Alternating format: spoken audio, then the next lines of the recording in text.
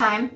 Thank you for joining us today. This is the online applications webinar for program year 2019-2020. So we're gearing up for next year. We're really glad you could make it, and we're really glad that you were able to switch the schedule. We apologize for holding it on Valentine's Day. Happy Valentine's Day. It was not our top choice in dates as a Valentine's Day afternoon, but the ice storm last week had different plans for us. So we are here. We're glad you could make it. If you have any colleagues who are not able to watch today, rest assured, thanks Chris, we are trying to record, and as soon as if we get a good recording, we will put it online and have it available to you. Or if there's something amazing that you want to hear again for a second time, or you just love this webinar so much you want to listen to it every day, we'll have it online and available for you. So really quickly, I am Julie Henry. I'm one of the assistant directors on the Child Nutrition and Wellness team. Today we also I have with me Sean Hoffman. He does our online trainings and is our IT help desk and works with CACFP as a consultant as well, and is kind of a jack of all trades in our office. He also is on our online applications team. Out in the field in Colby, we have Rachel. Rachel is a child nutrition consultant on the schools and summer side, and she will be helping us with our presentation today. And not able to join us is Lynette Osner, who is also a child nutrition consultant down in the south central part of Kansas. She's another one. So there will be times that through the course of your online application review, you might hear from me or Sean or Rachel or Lynette, and we all work together and collaborate so that hopefully we can try to make it a smooth experience for you. So we welcome you here today. Our objectives are that by the end of this webinar, you will be able to understand the requirements of online applications, the federal requirements of what you need to know for online applications. You'll be able to ask software vendors questions and know what questions to ask to ensure compliance when you're buying these, when you're procuring these softwares, making sure you know what questions to ask. You should be able to test for proper functionality of your online application and ensure confidentiality of data, because the data that goes through these systems is super confidential, and we want to make sure confidentiality is always considered with everything we do. So today we're going to hit confidentiality. We're going to talk about required fields, how the systems have to determine eligibility, the implications for administrative reviews, and then how to complete the online application review process with our Child Nutrition and Wellness team here at KSDE. If at any point you have questions, feel free to type them in the chat box. We'll try to keep an eye on those and hit on them as we go.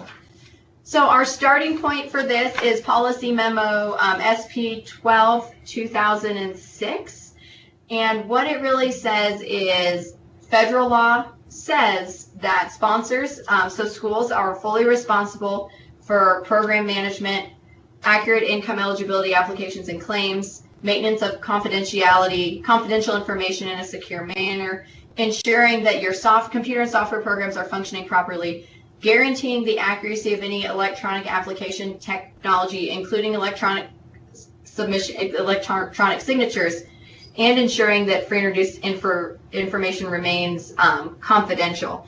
So we just want to reiterate that this is a lot for sponsors. You have to make sure at the end of the day, the sponsor, your school, is responsible for making sure all of these things are met. So we're trying to give you the tools to make sure you can be compliant in that way.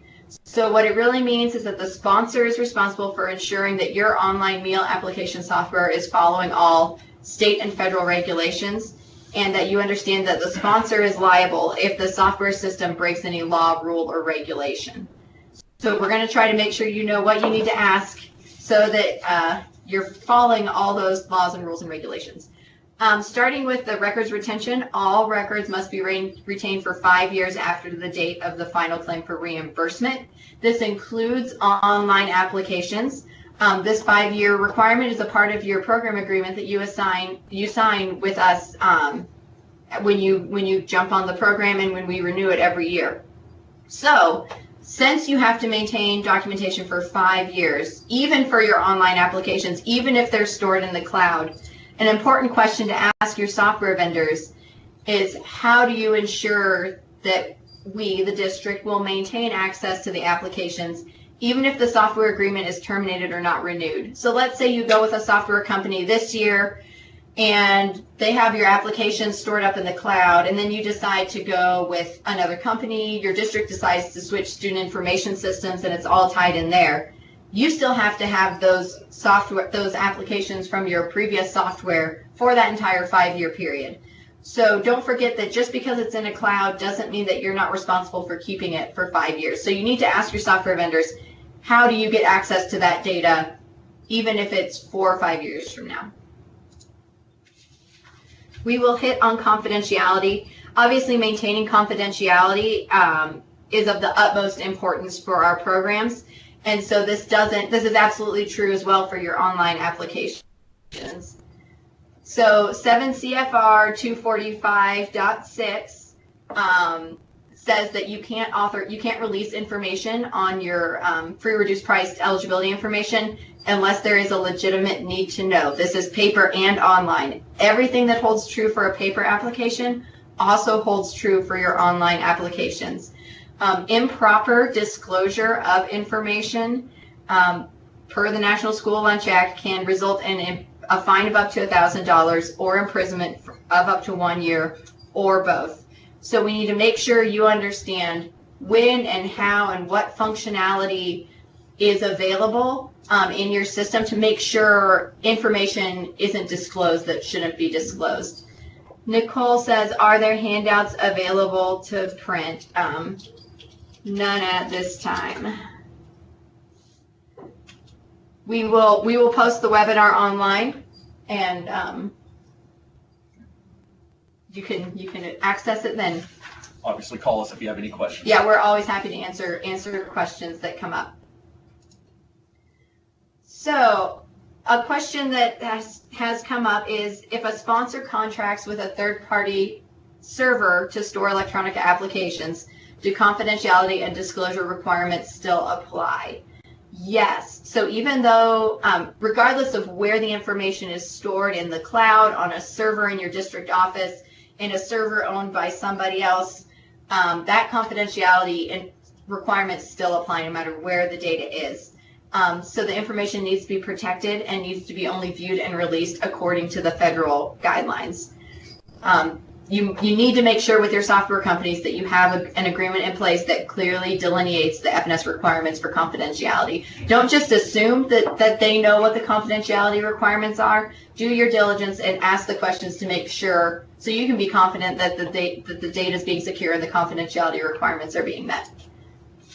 So if the sponsor chooses to provide additional benefits, such as free school books, computers, waiving exam fees, sports fees being waived for the children eligible in free and reduced price meals, the sponsor must obtain consent from the household. Once again, this is the same whether it's an online application or a paper application. So we're pointing it out here just because we want to make sure everyone understands you need that consent for disclosure either way if you're going to waive those fees.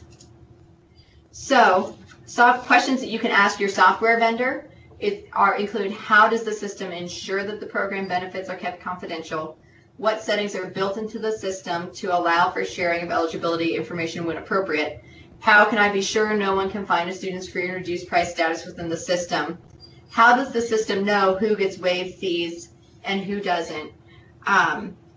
All of these things are things to ask. Also be aware that sometimes when software updates come out, it can affect how permissions are set inside the system. So be aware of how the settings work, how to turn the settings on and off. And when software updates come out from your system, make sure you're double checking those, triple checking those confidentiality safeguards that are built in, so that you aren't accidentally disclosing information without knowing it.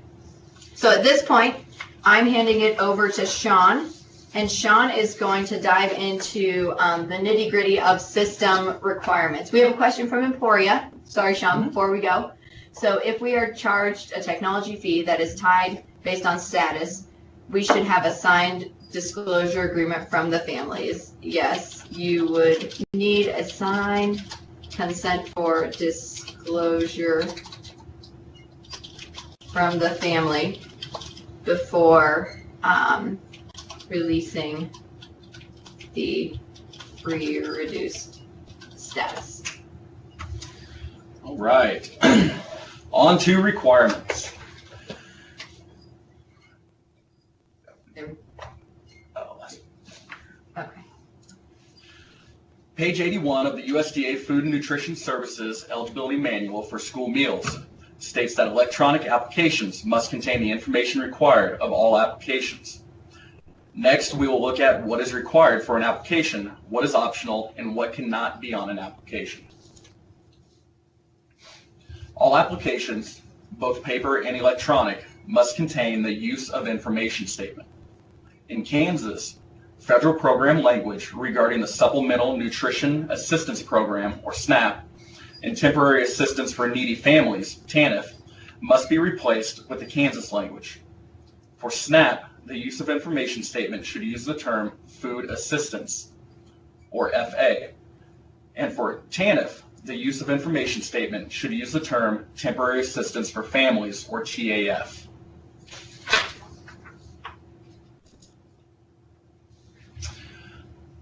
Some questions to ask the software vendors could include, does the online application include a use of information statement? Or how does a sponsor make it reflect state-specific language? I think both of these are important questions to ask here. And sometimes the software vendor makes that change for you, and you just have to remind them that you're in Kansas. Sometimes they set it for you because they know that that's a Kansas requirement. Sometimes you are responsible for going in behind the scenes and editing that language. So you just need to know how your software works and make sure you get it to be Kansas compliant. The attestation statement. A statement must be included directly above the signature block for the signing adult to certify. The person signing is providing true information. The application is being made in connection with the receipt of federal funds. School officials may verify the information on the application. And deliberate misrepresentation of the information may subject the applicant to prosecution under state and federal statutes. So all applications, both paper and electronic, must contain an attestation statement. Some questions to ask software vendors include, does the online application include an attestation statement?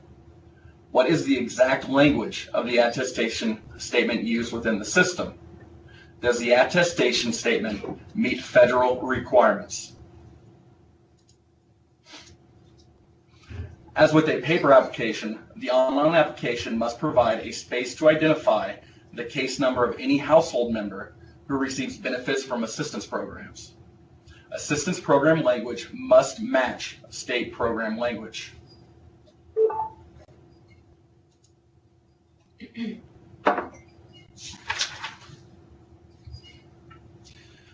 So when selecting the software, it is important for the sponsor to know who is responsible for updating language in the online application to make it state specific. And if it is the sponsor's responsibility, then the sponsor must know how to update the system.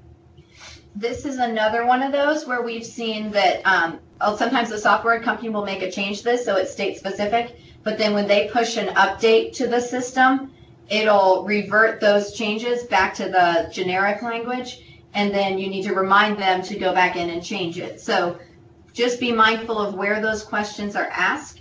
Then in some systems, it's once again behind the scenes in the settings, you can change those those questions to be state-specific language on your own. Definitely. So other source categorical eligibility and income eligibility. As with a paper application, the online application must provide a space to indicate status and the other source categorical eligibility programs, such as migrant, homeless, runaway, or foster programs.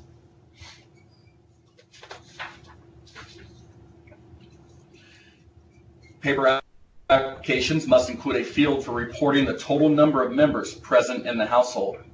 A web-based application may accomplish this by requiring household confirmation of a total computed by the application. This is an accountability safeguard and encourages the household to report all members who are present. Electronic applications may be exempt from explicitly following this requirement if they otherwise ensure the household has been given a clear opportunity to report all household members.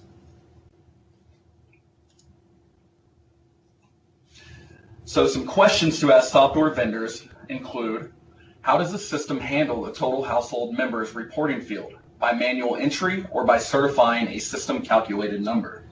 Another thing to think about on this one that we didn't get added to this slide would be when you're testing your system, enter in a household that has 3 people, but then say that there are 5 in the household. See if you can, and then what does the system do? How does the system handle when there are disagreements between the number of households members reported and the number of household members that it counts in the system, just so you know what it does. On the children's racial and ethnic identities, all applications, both paper and electronic, must survey children's race and ethnicity. Although answering these questions is optional, they must be included on all forms of the application. And I just think we should make it clear that when you're testing your application, that it allows you to proceed without answering the race and ethnicity question. If it makes you pick a race or ethnicity for you to continue, it's making it a required field, and that cannot be a required field. So you have to be able to skip those questions. So make sure you try that when you're testing your systems. So be sure to ask software vendors when in the application process are households surveyed about children's ethnicity and race. So just knowing where it's at, so you can keep an eye on it. And make sure it's there. It has to be there, even though it's not a required field. Okay. Social Security number reporting field. A great feature of online applications is the ability to omit questions that do not pertain to the household's application. This makes the application process easier and faster for many families. However, sponsors must be aware of which fields are required and which fields are not. For example, only households applying on the basis of income are required to provide the last 4 digits of an adult household member's Social Security number or indicate a lack thereof. Households applying based on categorical eligibility status only, or houses applying based on categorical eligibility status only, cannot be required to provide this information.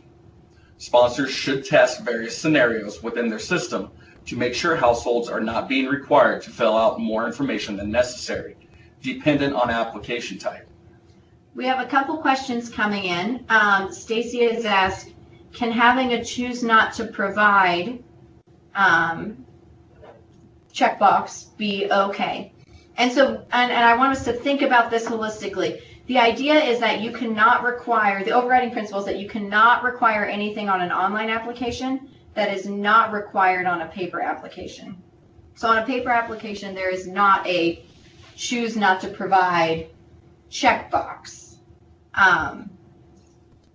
The checkbox of I have no Social Security number. Oh, she's talking about the race and ethnicity. Oh, I apologize. It would, we would have to see how it progresses through specifically, Stacy. Ideally, no, the parents shouldn't have to mark an extra box just to not fill out something that's not required. But without seeing it, I would hate to say absolutely not. It kind of depends on how the system handles it. Holy Cross has asked, is it true that there are only a few software programs that are approved? Is there a list of approved student information management systems?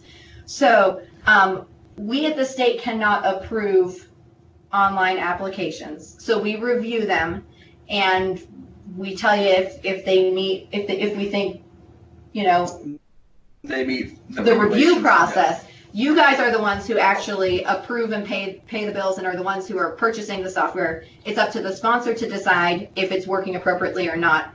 And this is specifically geared to online applications, not necessarily full student information systems. We just look at the online application part. We'll talk through at the end of this what the review process is. That being said, I mean, we've worked with dozens of software vendors over the years, or seen software from dozens of vendors. Some are really great, and some not so great. Some are not so great. And we're happy to help you, you know, review and evaluate one if there's one that you're looking at. That's kind of what our review process is going to, and we'll talk about that. We're changing our review process up a bit this year, and so that we can help provide you that technical assistance in choosing your software. But at the end of the day, it's the sponsor, it's the school's responsibility to decide if the software is right for them and is meeting the requirements. Right. So just reiterating, the sponsor should test various scenarios within their system to make sure households are not being required to fill out more information than necessary. It's just very important to make sure that that's not happening. Okay. Additional fields. Some systems, to help with matching households to families within the student information system, might ask for a student identification number or a child's birth date. However, the household must be informed that these data fields are not required by NSLP, SBP, or SMP. Since it is not a required field for a child certification of eligibility, the applicant must still be able to advance through and submit the application without submitting those fields. All right, and Beth asked the question, will you cover the changes with the review process? And yes, we will, and we'll also have time at the end if you have additional questions or want to hash out a little bit more at the end. We'll stick around for questions, but we will go through what the review process is, and we'll talk about how it's changed from previous years. Okay, I think we're on to the next one. Oh, yeah. So may a web-based application system ask for a student identification number or student birth date? Page 82 of the eligibility manual asks, just like I said, may a web-based application system ask for a student identification number or student birth date? A web-based application system may ask for a student identification number or student birth date if the sponsor notifies households that the two data fields are not required by the NSLP, SBP, or SMP. The sponsor also must ensure a paper-based application is available to households that do not wish to provide the additional information. This notification should be included on the web-based portal. The disclaimer should indicate the availability of a paper-based application and provide a contact number for further assistance.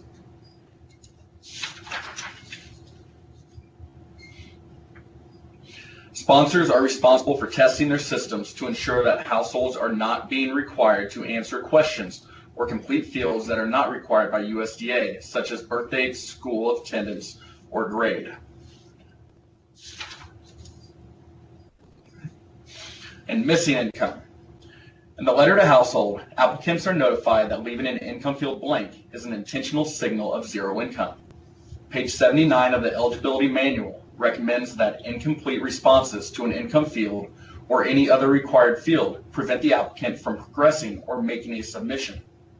In these cases, it is also recommended to include error or warning messages that indicate what information is missing, and if possible, direct the applicant to fields where that information must be submitted.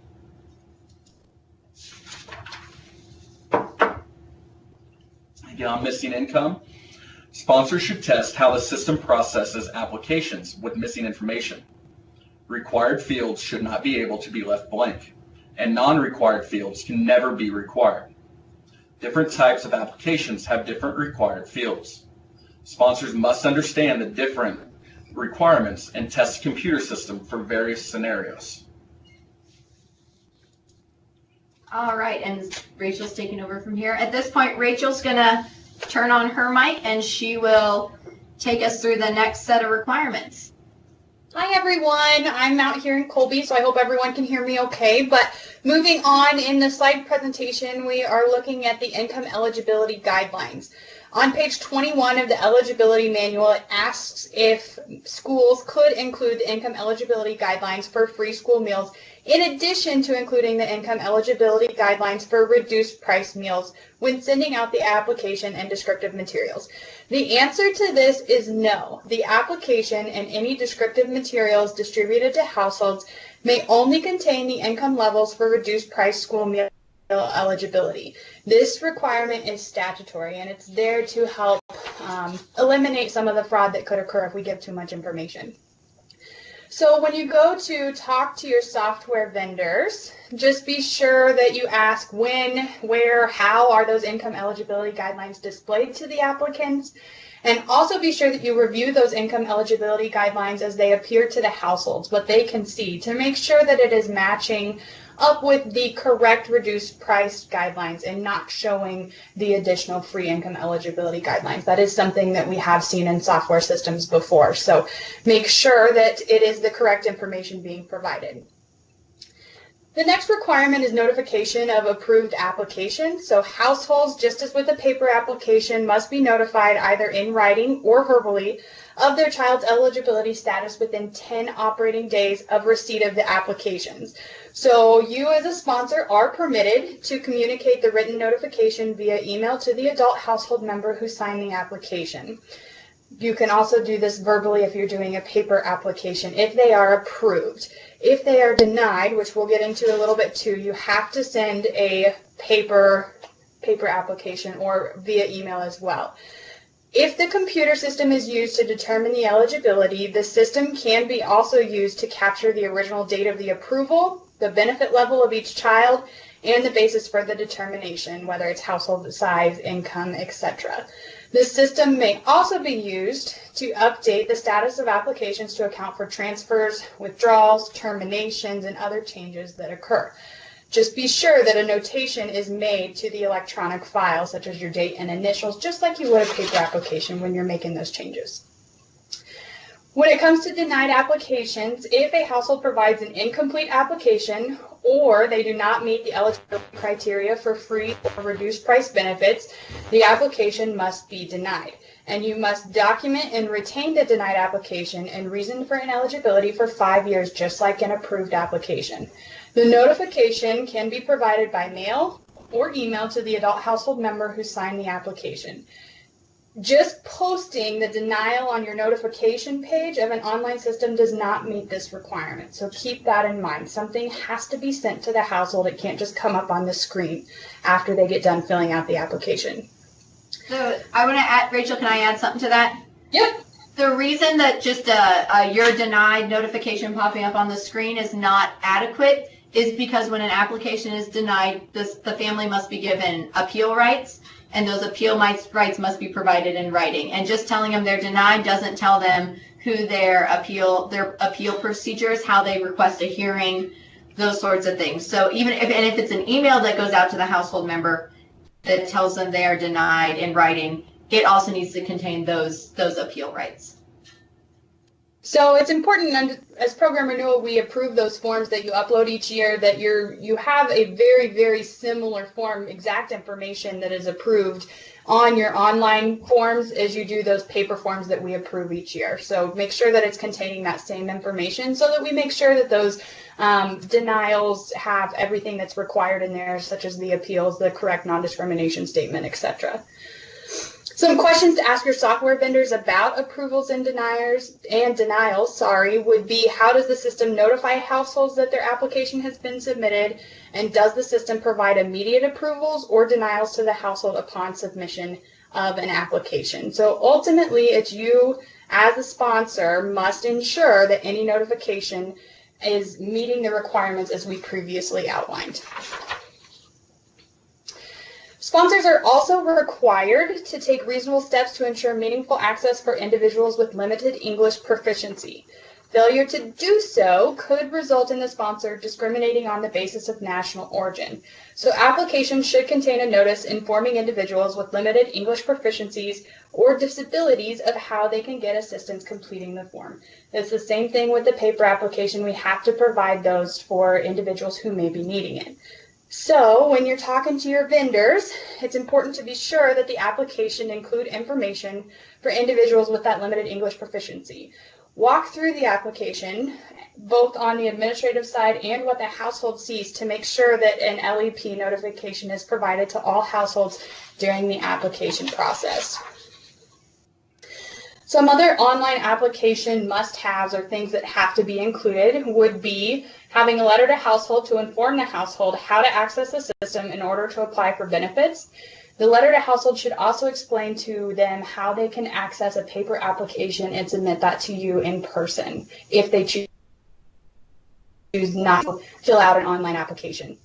The online application must contain the information required of all applicants. The system must also include a question or data field to indicate a child's migrant, runaway, foster, or homeless status. You should also provide households with instructional materials similar to those included with your prototype applications, and include the full USDA non-discrimination statement.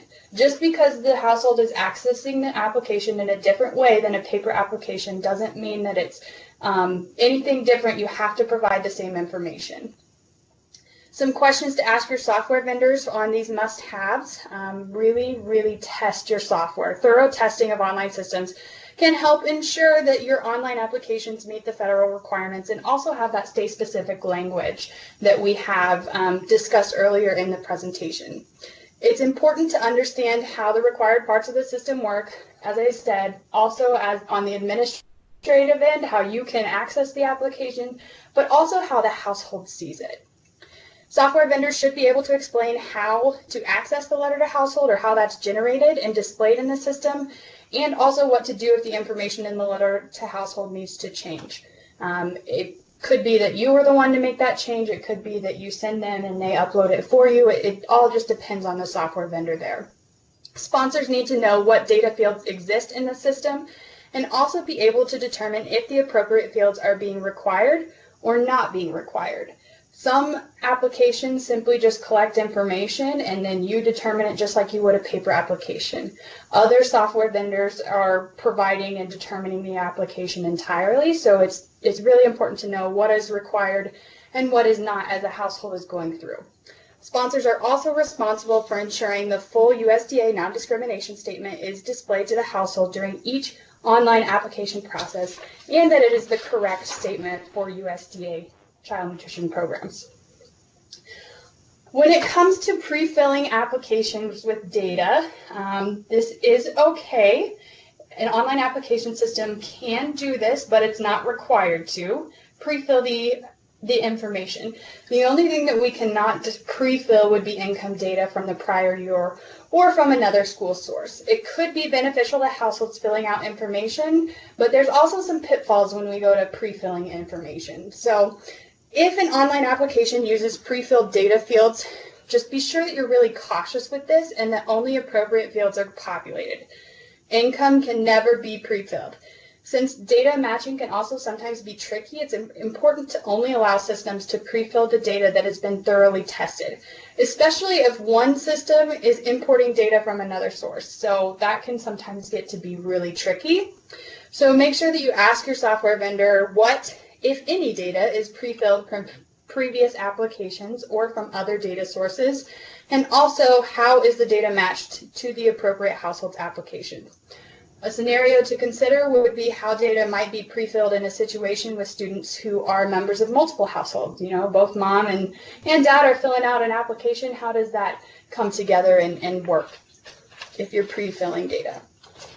I would recommend on here to look at if your system does pre-fill data, can the family then go in and edit that data if the data that's pulled in is no longer accurate or was never accurate?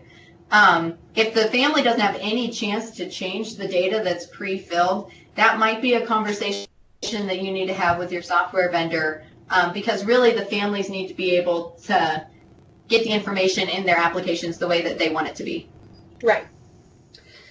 Okay, other things that online applications may not do. They cannot require separate or multiple applications for each child in a mixed household. That includes children who are other source categorically eligible and children who apply based on household income. So if an example of this would be a foster student. If a household has one student that is foster and they mark the foster box, then they can't make a whole, you can't, as an online application, make a whole new application for the rest of the household. It has to be able to accept both the foster child and those that are determined based off of income in the same household. You can also not require that a household submits an application. It's not required for anyone to provide the information, so it cannot be required. It cannot request additional information to determine eligibility for other programs if the information requested creates a real or perceived barrier to participation in the child nutrition program. It's okay to have a consent for disclosure, but if they choose not to want to fill that out or provide it, then you cannot make them do that. Rachel, can I give an example of this? Yep. So if you have an online application and then a consent for disclosure, and one of the items on your consent for disclosure is participation in the chess club, and it'll waive the fee for participation in the chess club. All right, I'm going to mark that. And then it asks me, what size t-shirt does Johnny want? Does Johnny want a purple t-shirt or a blue t-shirt? Those are a lot of extra questions that could be perceived as a barrier to participation. So all of that extra extraneous questions that would come after that should not be included in the online application. That's a separate, there's a separate time and a separate place for the district to collect that data. It's not with the free and reduced meal application. Thank you, Julie. The other request, or the other things that it cannot, would be request that applicants provide information regarding citizenship. Moving on to determining eligibility. This again depends on the software company. Some online applications determine the eligibility, while others are only used to collect application data, and then the sponsor would manually determine the eligibility. This next section kind of outlines what needs to be considered when using an application that determines eligibility for the sponsor. Rachel, really quickly, sorry, Rachel. Andrea has a question. Where can I find a printout of this PowerPoint? We will work to see if we can get it available. Anytime we post anything on our website, we have to run it through an accessibility checker to make sure it's ADA compliant and able to be read with a screen reader, which sometimes gives us a little hurdle to overcome, but we can try to find a way to get this information to you. We'll have to talk through how to do that, Andrea, but we'll try to see how we can make it available to you, okay?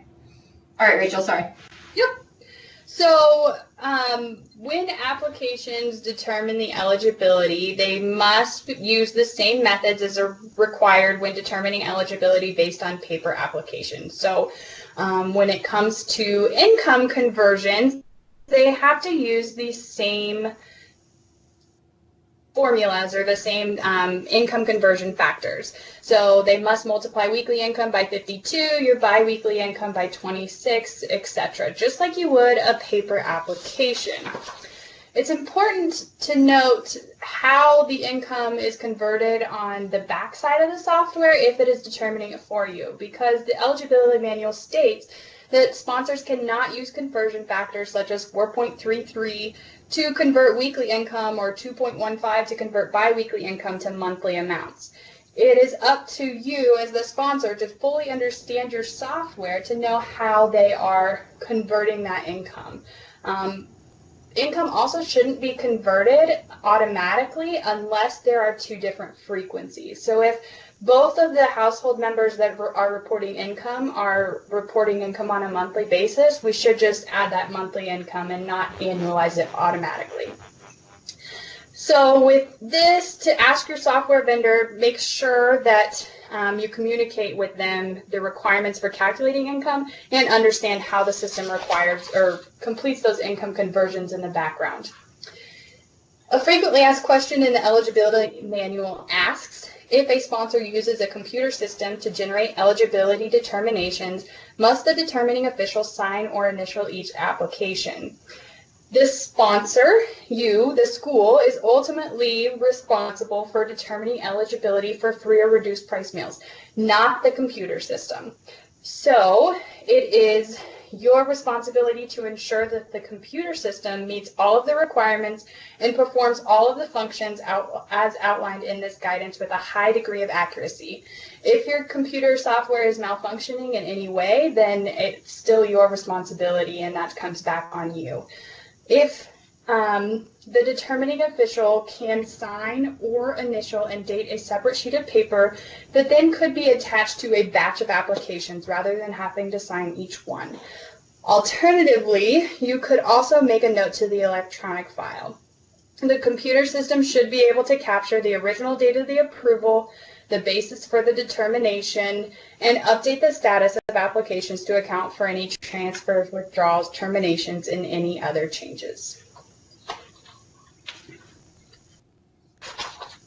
All right, thanks, Rachel.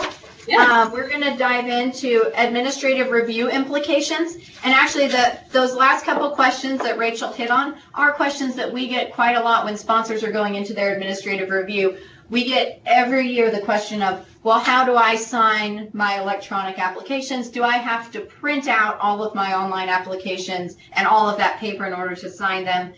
and Rachel answered that question with you can approve them, sign off on batches of them if they're appropriately designated and dated in your electronic, or numbered and tracked in your electronic system, or if you can electronically sign them inside your system, that works as well. If you have questions on that, on how your specific system handles it and how you should sign off on them, feel free to call your child nutrition consultant or any of us on the online application team, and we can talk you through with specifically your software system that you have. So at the end of the day, and you've heard this in multiple sections now, sponsors are responsible for assuring that the certification and verification processes meet all regulatory requirements and policies, and that all of the calculations and the determinations are correct. It's the sponsor's responsibility. You can't say, well, the software system did it wrong. We shouldn't be held accountable for it. Part of procuring an online application is ensuring that it works correctly, which is why thorough testing, as Rachel said, is so important. Errors could lead to fiscal action. So if your system is calculating wrong and it's found on an administrative review, that will be fiscal action. And so you need to test your system thoroughly. If it's doing the determinations, spot check here and there. At the end of the day, you're responsible for that. So make sure that you are making sure it's calculating correctly. We have a question from Karen. Karen says, we take thousands and thousands of online applications, unsure of how we can sign off on all of those. We haven't been required in the past. We have always done test reviews and go as before we use the online system. So, Karen, let's go back to that question really quick. The computer system should be able to capture the original date and approval basis. So if your system says on 2/14, the Henry household was determined as free because of this, and it has the calculation, which I would bet your system does, then what you guys can do is you can have a piece of paper in your determinations file that says, I take applications 1 through 1,000, I, Karen Hansen, as the determining official, yes, I sign off that those 1,000 applications number 1 through 1,000 have been determined by the determining official. Does that help, Karen?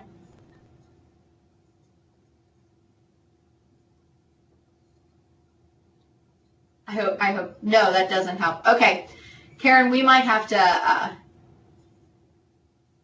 ask more questions or talk more afterwards then to see if we can get to more specifics with that. Okay, thank you, Karen. All right, so we've been asked about, so we are updating our online review process for this year. So this is where we're going to talk you through what the process is going to be for the 2019-2020 school year. So we have a new look and a new process. Our first step, of course, is going to be our request to use online applications for child nutrition program benefits. This is going to be released here shortly after the online this webinar, and you can start working on this right away. So beginning now in February, on the 7F, on the request to use online applications, you're going to have your checklist. You're going to have the questions that were there before, the checklist and your test scenarios, and the opportunity to request a demonstration of the review. The sponsors, you may submit your 7F at any point as soon as we put it up on the website, which should be shortly here after this webinar. And it includes detailed testing by the sponsor. So please plan adequate time to test this, get all the questions answered. This isn't a 20-minute form. This is a form you're going to have to spend some time working on. This is the meat and potatoes of the online application review process now. And so please give it the time that it needs. We'll go on. So the first step is to complete the form, the request to use online application. You will indicate on your 7F, on your request, if you would like to do a demo with KSDE for the application. This is being offered as a complimentary complimentary review to assist sponsors in ensuring requirements are met and/or assist sponsors in identifying areas needing additional attention prior to the application going live. We are not going to require you to do a demonstration. You can ask us to help you evaluate your system by sitting through a demo with you, and then we will return back to you a list of, hey, we kind of wonder if the software, if you could change this or this, we don't think this meets the requirements. At the end of the day, you're responsible for testing your system and making sure it meets the federal requirements, but we are happy to provide that technical assistance and that help via a demonstration. This year, scanned copies of the request to use online application form will be accepted. I'm going to say that again because this was a hurdle in the past. Scanned copies will be accepted. We need all the signatures on it still, but you can scan it and email it to us as a PDF.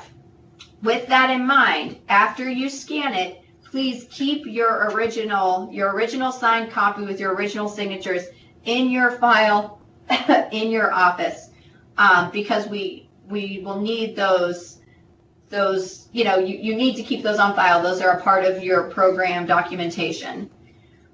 And then you will email those completed forms to me, Julie Henry, and then I'll dole them out to review to our online application team as they are available so that we can hopefully get them reviewed and turned around to you.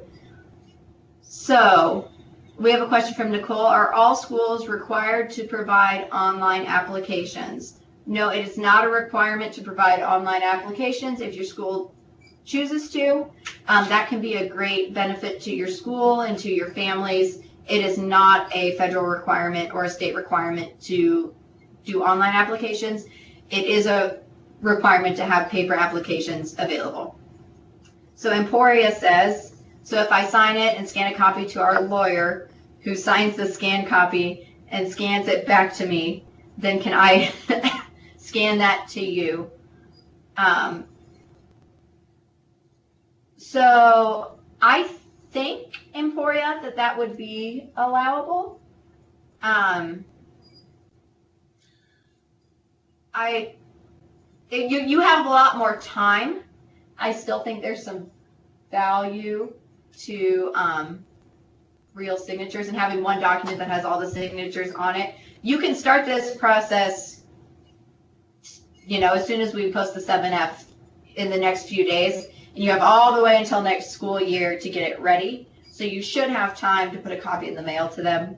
But Beth said, so we're doing the process like we did last year where we have to screenshot our applications.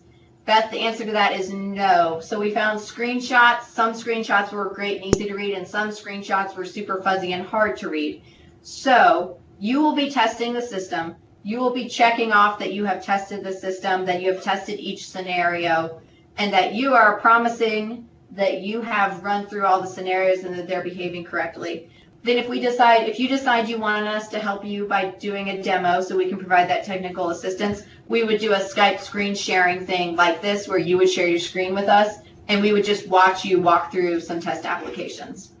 I think it's just important to remember that it makes it that much more important to test because you won't have anybody, running you down saying this wasn't correct or anything like that. So. Yep. So Christy asks, is the request to use online application something we are required to fill out if we are only making the app available to print from our website? They would not be filling it online. Christy, you would not need to fill out the request to use online application. An online application is one where it is submitted electronically from the parent's computer or from the computer to the sponsor. It has an electronic signature. They're not printing it out and signing it. So you would not need to use a request to use online application form if the parents still have to print out the form, sign it, and turn it into your office. All right, so let's move on. Those are some good questions. So the sponsor, you're responsible for completing the Form 7F request to use online application. We will check to make sure that all the parts are complete. The review will not be considered complete until it is complete. By signing and submitting the request to use an online application, The sponsor acknowledges and certifies that the sponsor is responsible for assuring that the certification, verification, and confidentiality processes meet all regulatory requirements and policies under the National School Lunch Program and federal and state privacy laws. End of the day, and I'll repeat it because it's just important to repeat, the sponsor is assuring the responsibility of the software performing correctly and meeting all of the requirements.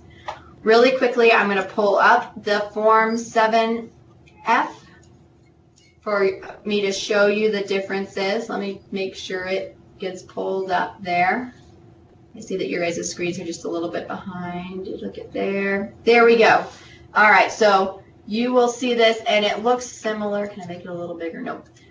You'll see it looks similar to what it was before. Please fill out the questions, answer the questions, and then we get to the checklist. So you have your base questions of your functional requirements questions, how your system operates that we're legally required to ask. Then we have our general requirements. So this is where you check that the non-discrimination statement is correct, and you check the complete box. You check the use of information statement, that it matches exactly, that it has this TAF and FA language. When your system does and you check it, you mark complete. That the authorization statement is this exact wording, then you check the box. Telephone number, instructions, that all of these things are met, and you walk down through here and answer these questions. So one of the things is that now that you can complete this request early, you might not have all of your documentation, like the 2019-2020 application has not been released by USDA yet. So your online system, you can't guarantee right now that your online system matches the 2020 application because the 2020 application hasn't been submitted or hasn't been released to the public yet. So who is responsible for ensuring that it will be updated appropriately, and on what date will you update it in your system? So if your system has a rollover where everything is updated for the next program year on June 15th, for example, that would be the date. What date is your system prepped and ready for the next school year? And who is going to make sure that all the things, the income eligibility guidelines, any changes to the USDA application requirements, that all of those are going to be rolled forward and correct moving forward? Who's going to be responsible for making sure that what's on your online application matches your 2020 paper application, matches your homeless and migrant liaison on your sponsor application and CAN claim? Somebody has to raise their hand and say, I'm going to be responsible for making sure all of these places where this data exists matches and that the online application is going to be accurate. We have questions on data confidentiality that you've answered before, and then you have the test scenarios. On the test scenarios, you only fill in the information in red. If you have to fill out anything else, then it's requiring additional information that shouldn't be required. If you need help figuring out what's going on with that, that's what we're here for, is to help you if you're getting stuck on some of these test scenarios, we're happy to sit down and help you work through them. You need to work through, at a minimum, these test scenarios are required. I would say there are other scenarios you should be running through as well that we're not capturing, but you should be really testing that system. What happens if I hit the back button 6 times and then hit the forward button 3 times? What happens if I change my mind on this field or that field, or I change this multiple times? Think through what it would be like as a confused parent who isn't very good at technology. How might they fill this out, and where might they get confused with the system? Well, you might also have some situations that you've seen that at your school that some of us haven't seen that could really throw it for a loop. Mm-hmm. And so if there is something that strikes you and says, wow, I remember seeing this, might want to test that to make sure it works correctly. Good point. Yep. Okay. So you will do all the test scenarios. You'll mark that they're complete, and then you will say that you will certify that it's behaving correctly, that no additional fields are required. And then on this last page, you will say, yes, we want to schedule a demo with KSDE, or no, we do not want to schedule a demo. With the demo, we are just going to provide verbal and written feedback and hand it off to you and say, hey, here are the things that I would recommend that you look into changing to make your system stronger. We're not going to keep following up with you. We're not going to have you send us screenshots that check and double check and triple check and retest and retest and retest and retest. It's your job to retest and retest and retest and retest until the system is right. But we are happy to help you look at anything that you have questions on at any time. We will set up a demo anytime you want us to look at something. If you're not sure it's functioning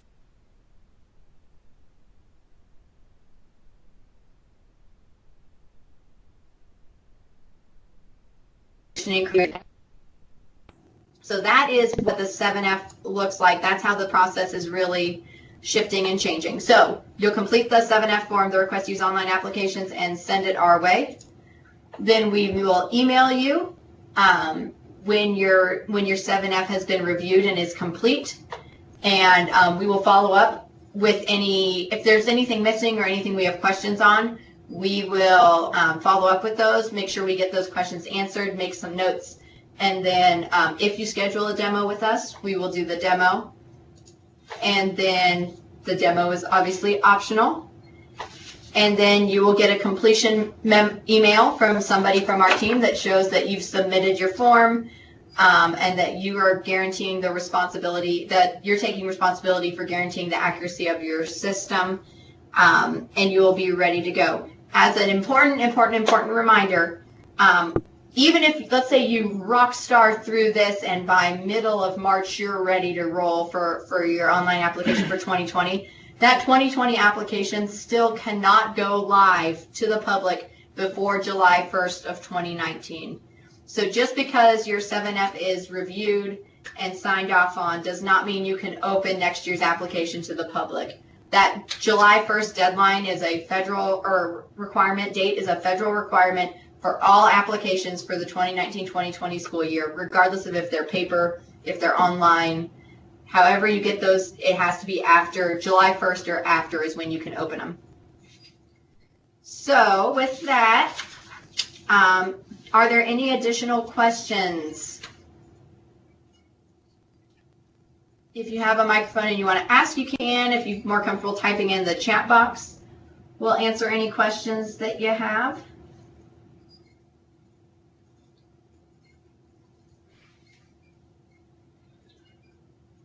Maybe you guys asked all your questions as we were going through, which is great too.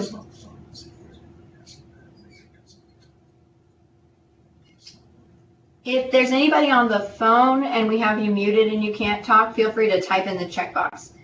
When is the 1920 Excel app expected to be released? I can't remember when that usually happens. Melissa, that is highly dependent on when USDA releases the 2020 application to the states. So we wait until USDA releases their prototype application, and then we make sure that our Excel app is up to date. So we hope it's, in that April, May-ish time frame, but it just kind of depends. So Cheryl says we have no information from USDA as to when that may happen. They are behind due to the long shutdown. So keep that in mind. Will spanless translations be done at the same time as English? Seem to be delayed, not sure why. Charles, I think that same answer to we are dependent on USDA for that applies to your question as well.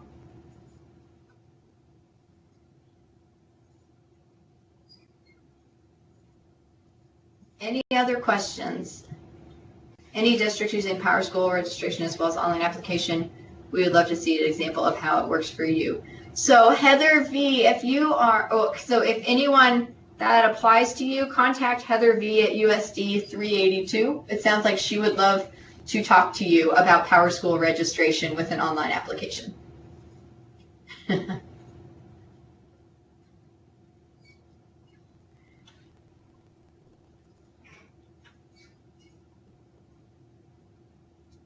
Any other questions we can answer today?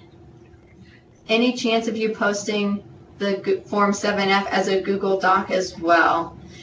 Emporia, probably not. We're not a Google shop, So it'll be on our website. And yeah, well, I mean, we're going to post it as we normally do. Should be able to share it as a group who wants to have it.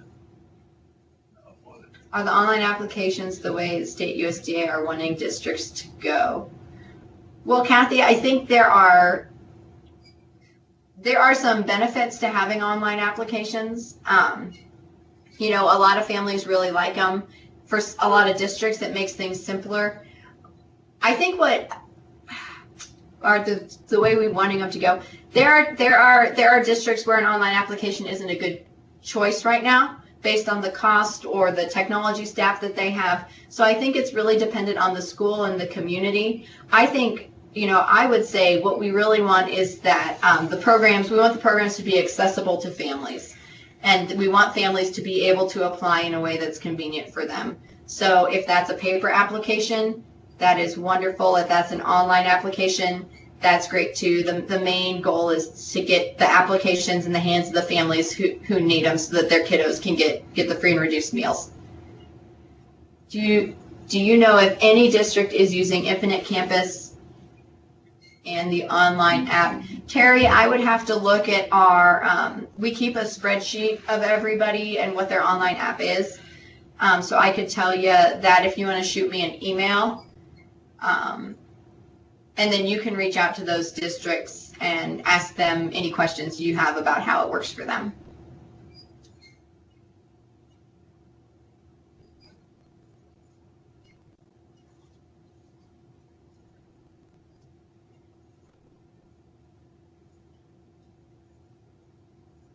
All right, Marilyn, if you can email me that as well. Email is the best way to get something on my to-do list. So if you email that way, I have your email address and I can send it right back to you. All right, if there are any other questions that you didn't want to ask in front of the whole group, feel free to email me. Let me get our contact information up there. You can email me or anyone on our online application team. We have the question, would an online application need an e-signature? Yes. And we can get you more details on that. I think we have it. It was somewhere in there. Email our online application team or any of us if we have any questions.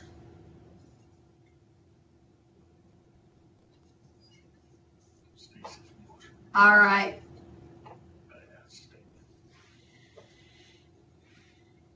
All right, if that's it, we appreciate your time. Please let us know if we have any questions. We are here to help you work through any questions that you have with your online application, and we look forward to hearing from you all soon. Thank you. Bye.